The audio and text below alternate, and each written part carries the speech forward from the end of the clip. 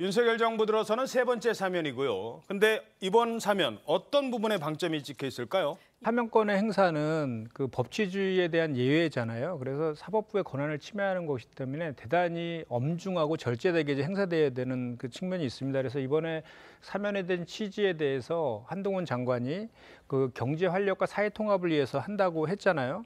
근데 이제 그 두 가지 측면에서 약간 비판의 지점이 있습니다. 이게 뭐냐면 일단 경제인 사면 같은 경우에는 주로 이제 해제되는 그 이호진 전 태광그룹 회장이라든지 이중근 뭐 부영그룹 전 회장이라든지 박창구 뭐 구모석유화업 전 회장이라든지 이런 분들은 전부 기업에 오히려 피해를 주는 배임이라든지 횡령으로 다 이게 유죄 판결을 받으신 분들이거든요. 이렇게 그 기업인들, 부패한 기업인들을 이렇게 사면해 주는 것이 그 경제를 활력시키는 것이냐에 대한 기본적인 의문이 있습니다. 그리고 강만수 전 기재부 장관 같은 경우에는 산업은행장 재직 시절에 3조 5천억에 달하는 대우조선해양의 분식회계에 관한 혐의로 유죄 판결을 받으신 분들이거든요. 그러니까 이런 분들은 사면 취지와는 좀 맞지 않은 측면이 있다는 것이고, 방금 말씀하신 이제 김태호 전 강서구청장 같은 경우에는 일단 대법 판결이 끝난 지 3개월도 채 지나지 않은 그런 상황에서, 그리고 이분이 공익신고자라는 얘기를 많이 하시는데 사실 이분은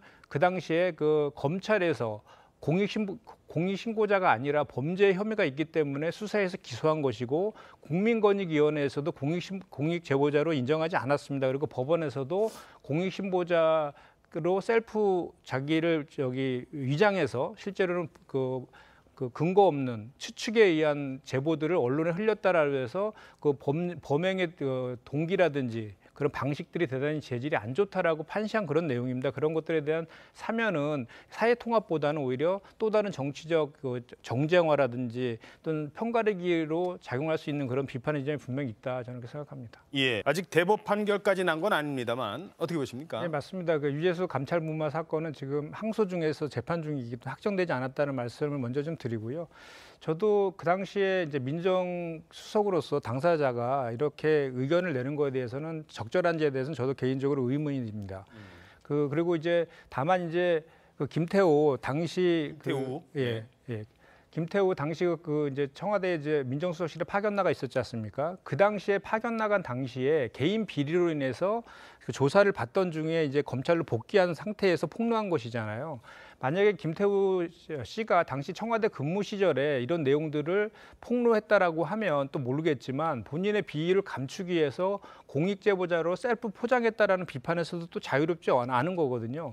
조금 전에 우리 최 기자님이 말씀하셨지만 총 35건 정도의 내용을 폭로했다라고 하는데, 그중에 실제로 그 유죄로 판결된 것은 제가 알기로는 그 환경부에서 만든 그 블랙리스트 그 사건 외에는 없는 거로 제가 알고 있거든요. 지금 좀 전에 말씀드린 그 한 건이 지금 재판 중에 있는 것이고요. 그래서 그런 이유로 인해서 검찰이라든지 국민권익위원회라든지 법원이라든지 이런 곳에서 그 유죄로 확정한 것이다, 저는 그렇게 생각하거든요. 예, 태우 전 구청장이 출마하는 게 오히려 호재가 될 것이다, 이런 분석도 있긴 합니다만 어떻게 보세요? 뭐 일부의 그런 의견을 가지신 분이 있는 것 같은데요. 공식적인 일반적인 의견은 아니고요. 다만 지난 그 강서구청장 선거 때 1심에서 유죄 판결을 받았음에도 불구하고 국민의힘에서 공천을 했지 않습니까? 그래서 지금 유죄 판결로 인해서 보궐선거를 치르게 되었는데, 그 보궐선거 비용만 해도 40억의 혈세가 더 든다고 합니다. 그거에 대한 원인을 제공한 그 당사자를 다시 공천한다는 것은 아마도 그 귀책사유 있는 분을 공천했을 때에는 그 국민적인 그런 그 비판들의 지점이 상당히 높고, 또 저희 민주당 같은 경우도 21년도에 서울시장하고 부산시장 같은 거 보궐선거에서 귀책 사유로 인해서는 있을 경우에는 무공천한다라는 그런 당원 당규를 바꿔가면서 공천했다가 결국은 패배했죠. 그래서 그것이 빌미가 돼서 우리가 정권을 뺏기는 또 원인이 되기도 했었는데, 그런 전철들을 국민의힘에서도 밟을지에 대해서는 저도 좀 의문인데요. 그런 고민의 지점이 좀 있긴 한 것 같습니다. 예. 그리고 다만 이제 이게 이런 지점이 또 있어요. 뭐냐면 김태호 지금 국가안보실 처장도 대법 확정 판결 군사 기밀 유출로 인해서 확정 판결 받았는데 2달 만에 사면했지 않습니까? 또 이분도 3달도 채 안 됐는데 사면을 했어요. 그래서 뭐 친윤 무죄, 뭐 반윤 무죄, 유죄 이런 자주 섞인 얘기들까지 나오고 있는 그런 사면권의 남용 문제도 있거든요. 그래서 이런 문제까지 포함해서 본다라고 하면 이 김태우 씨가 강서구청장에 출마한다는 것은 국민의힘에 결코 도움이 되지는 않을 것이다 이렇게 생각합니다. 예, 알겠습니다. 검찰 소환을 앞둔 이재명 대표 사전에 직접 설명에 나선다. 어떻게 분석하십니까? 이재명 대표는 용도 변경이 2014년도에 박근혜 대통령의 지시사항으로 국가의 주요한 정책이다라는 그런 공문들을 통해서 수차례의 국토부와 식품연구원을 통한 그 요구 사항을 받아준 것이다라고 주장하고 있는 것이고요. 자꾸 이제 4단계 종상향을 얘기하고 이렇게 그것을 가장 큰 이제 입법적인 요소로 얘기하고 있는데 그 내용을 살펴보면 이런 겁니다. 그 당시에 국토부와 식품연구원이 그 아파트 부지, 주거 지역으로 한 2% 정도에다가 R&D 부지로 9.3% 정도를 제한을 했답니다. 그런데 당시 성남시에서는 그 R&D 부지가 이제 판교랑 연결해서 대단히 크게 확대시킬 그런 계획을 갖고 있어서 R&D 부지를 더 확장시켜 달라고 요구를 하면서 거부를 했다는 겁니다. 그래서 나중에 그 식품연구원에서 제안한 것이 뭐냐면 그 아파트 부지를 40%대로 줄이고 R&D 부지를 30%대로 상향시켜 준 거예요. 그러다 보니까 이제 아파트 짓는 세대가 줄어들 수밖에 없는 거 아닙니까? 그렇기 때문에 그 2종 일반 주거 지역 같은 경우에는 그 용적률이 250%인데 준주거 지역으로 하게 됐을 때는 350%로 돼서 더 질 수 있어서 양쪽의 이해관계가 맞아 떨어져서 그렇게 돼서 4단계로 상향된 것이다라는 내용들이 지금 확인되고 있거든요. 그런 내용들이 이제 확인되면은 될 것 같고요.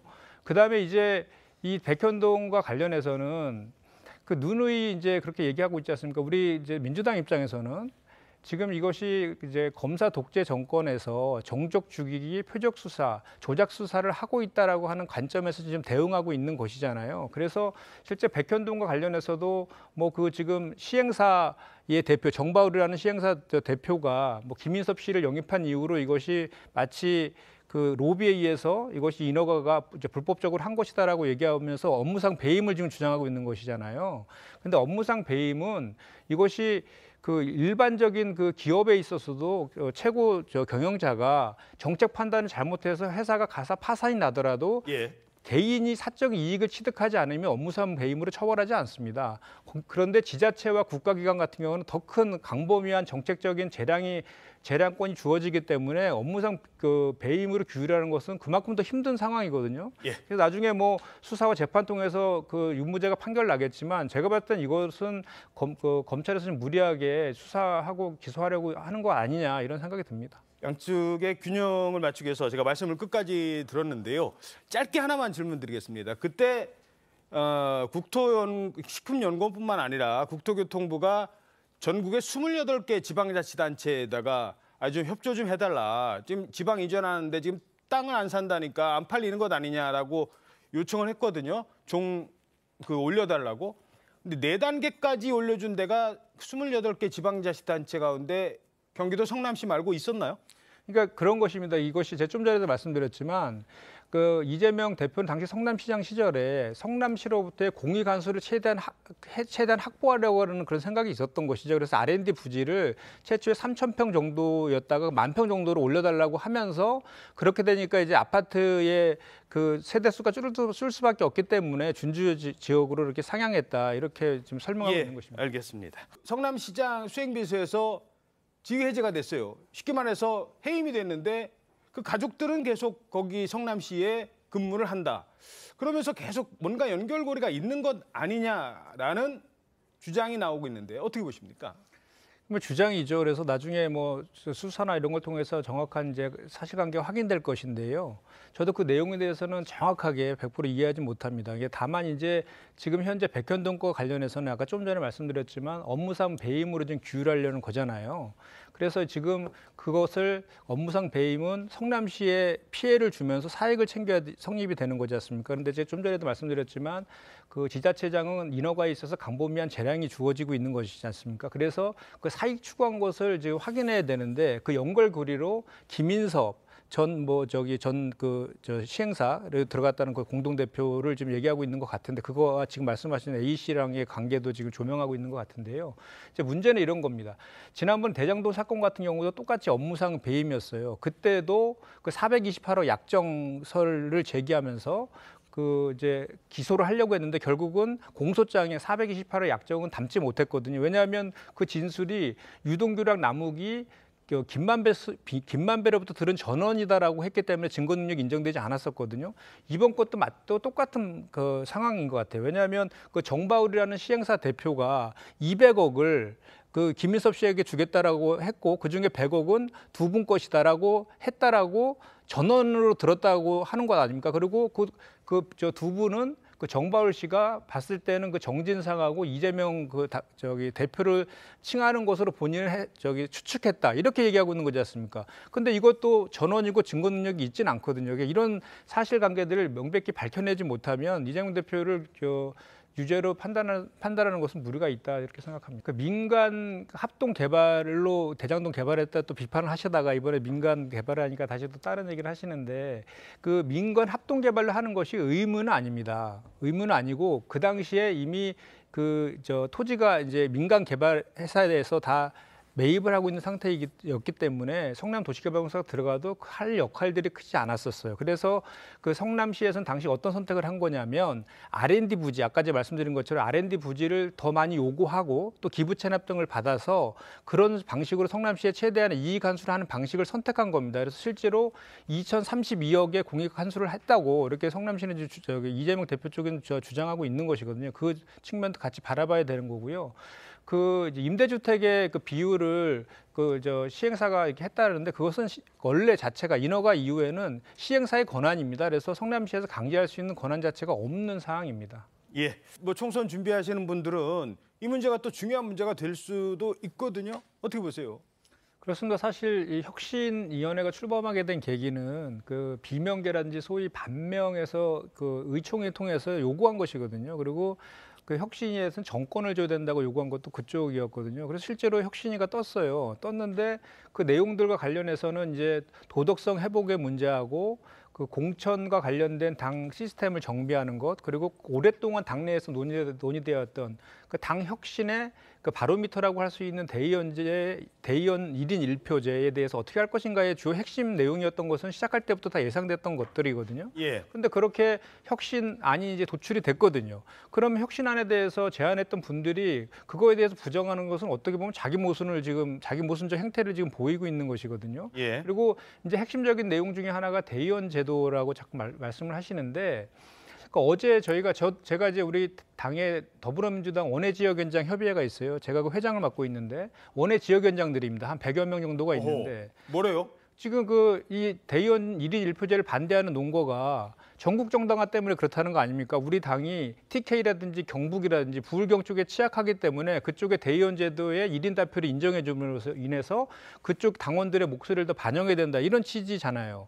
그런데 그쪽에 있는 지역위원장들은 전부 다 저희 원외위원장들이에요. 다 저희 당으로 봤을 때 험지 지역이거든요. 그런데 그분들은 한 분도 예외 없이 전부 다 1인 1표에 대해 찬성하셨거든요. 그거에 대해 대의원제를 핑계로 혁신안을 부정하는 그 근거 자체가 지금 성립되지 않고 있는 그런 상황이고요. 예. 실제로 대의원 제도는 정당법에 의해서 폐지할 수가 없고 존재하고 있습니다. 지금도. 그래서 저는 전국 정당화라든지 또는 그 TK나 경북 지역의 당원들의 목소리를 담아내는 방법들은 또 다른 그분들의 목소리를 담아내는 제도적 보완이라든지 당 차원에서 더 많은 지원들 이런 걸 통해서 충분히 가능하다고 보고 또 실제로 지명직 최고위원 중에 한 명은 항상 지금 서훈숙 최고위원이 지명직 최고위원인데 그쪽에 영남 네. 쪽의 대표를 해서 항상 그렇게 알겠습니다. 임명을 하거든요. 너무 이제 당 내부 문제는 그렇죠. 그래서 그렇기 때문에 저는 다만 이제 우리가 혁신안에 대해서 혁신도 중요하지만 또 당의 통합도 중요하지 않습니까? 저희가 이런 내용으로 당이 4분 5일 돼버리면 총선에서 승리할 수 없기 때문에 통합적인 측면에서 이제 앞으로 이 내용을 가지고 당내에서 많은 의견들이 논의를 할 것 아닙니까? 그 과정 속에서 지혜를 찾아서 좀 최선의 그 방안을 도출해야 된다. 이것이 남아 있는 것 같습니다. 양복을 받았다고 이런 얘기가 나오고 있어요. 저는 이 사건을 보면서 진영을 떠나서 우리 구구 유튜버의 문제가 정말 심각해지고 있구나라는 생각을 다시 한번 또 합니다. 왜냐하면 구구 유튜버들 보면 이제 혐오를 무기로 해가지고 그 인신공격이나 막말을 서슴지 않고 막 하거든요. 지금 극우 유튜버라고. 그러니까 양쪽 진영, 진보 보수를 유튜버. 극단적 유튜버를 제가 지칭하는 것인데 이것이 또 이제 상술과 결합되면서 더 확대되고 있어요. 그리고 이제 이 유튜버를 계속 보시는 분들이 많거든요. 열혈 지지층이 있어요. 맹신하는 거죠. 그렇기 때문에 그런 분들 때문에 이런 일탈행위들이 이제 발생하고 있다고 저는 보는데 특히 이제 앞으로 1인 미디어가 계속 확대되고 있지 않습니까? 그런 상황에서 이런 문제들이 더 이제 많아질 가능성이 높거든요. 그렇기 때문에 이 유튜브와 관련된 이 문제점을 좀 해결하고 개선할 수 있는 법 제도적인 정비가 좀 필요하지 않나 이런 말씀 드립니다. 예, 알겠습니다.